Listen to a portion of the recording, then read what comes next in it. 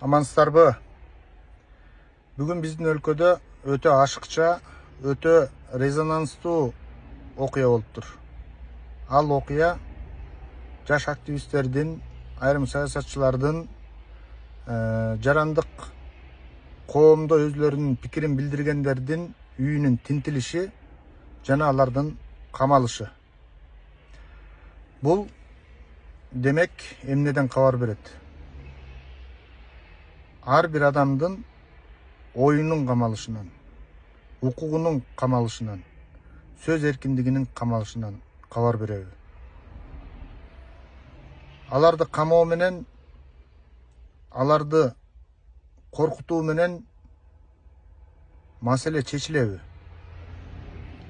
Эгерде алар ушунчалык коомго коркунуч, мамлекетке башаламандык же болбосо туура эмес багытты же максатты көздөп аткан болсо, алардын кылган кылыктарын ачык айтып элге салса болбойт беле. Алар менен сүйлөшүү жолдорун жүргүзүп, сүйлөшүп, ачыктап, анан коомго ушул инсандар коркунучтуу болуп атат. Биз буларды камабасак, эртең биздин өлкөдө чоң өзгөрүү болуп кетиши мүмкүн.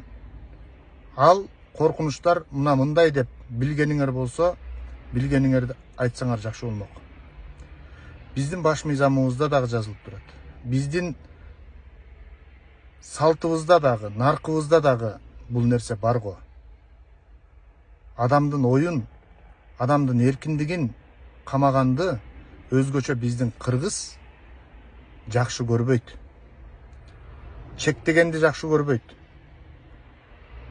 Ошондуктан бүгүнкү болгон окуя бул жакшы эмес.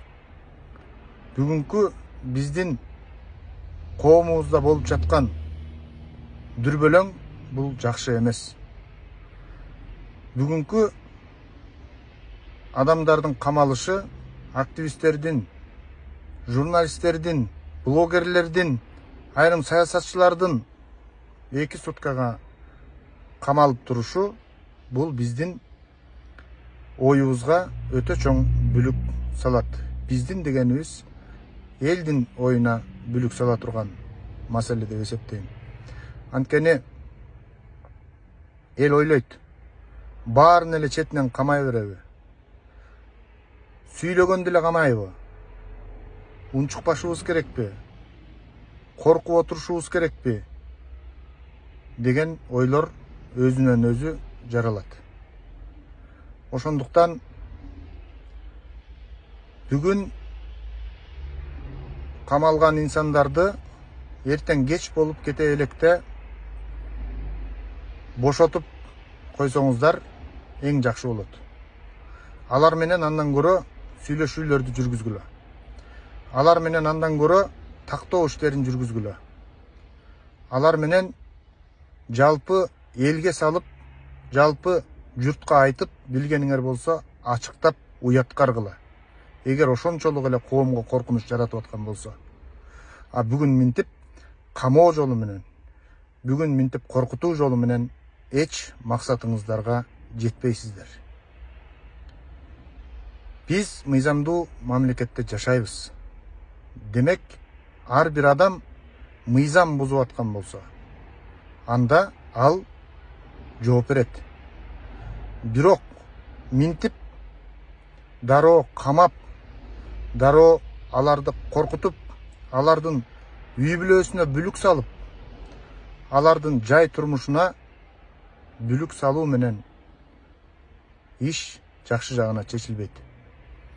Бул нерсе өтө чоң одоночулук, бул өтө чоң чекилик деп мен эсептейм. Жана бүгүн камалган активисттерди чыгарып коюңуздарды өтүнөм. Биз элге, журтка, коомго жакшы жагыбыз менен качан көрүнөбүз? Биз дайыма эле сын айтканды, пикир айтканды камап, анан ал камалгандар өз пикирлерин андан 2 эселеп 5 эселеп айтып чыгып, анан эл арасында ар кандай кептер тарап, ар кандай ойлор бурулуп, анан ар кандай нерселердин болуп кетиши менен эле дагы эле жашай беребизби? Андай эмес. Сиздер жети өлчөп бир кесип мыйзамдуулукка андай жол менен эмес, сүйлөшүү жолу менен барышыңыздарды чакырам. Бул жеке менин пикирим. Бул пикиримди мен эртең башка массалык маалымат каражаттарынан дагы айтам.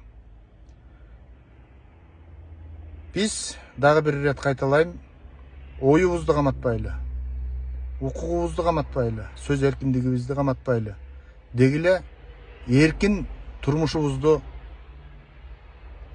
темир тор артына кулпулабайлы.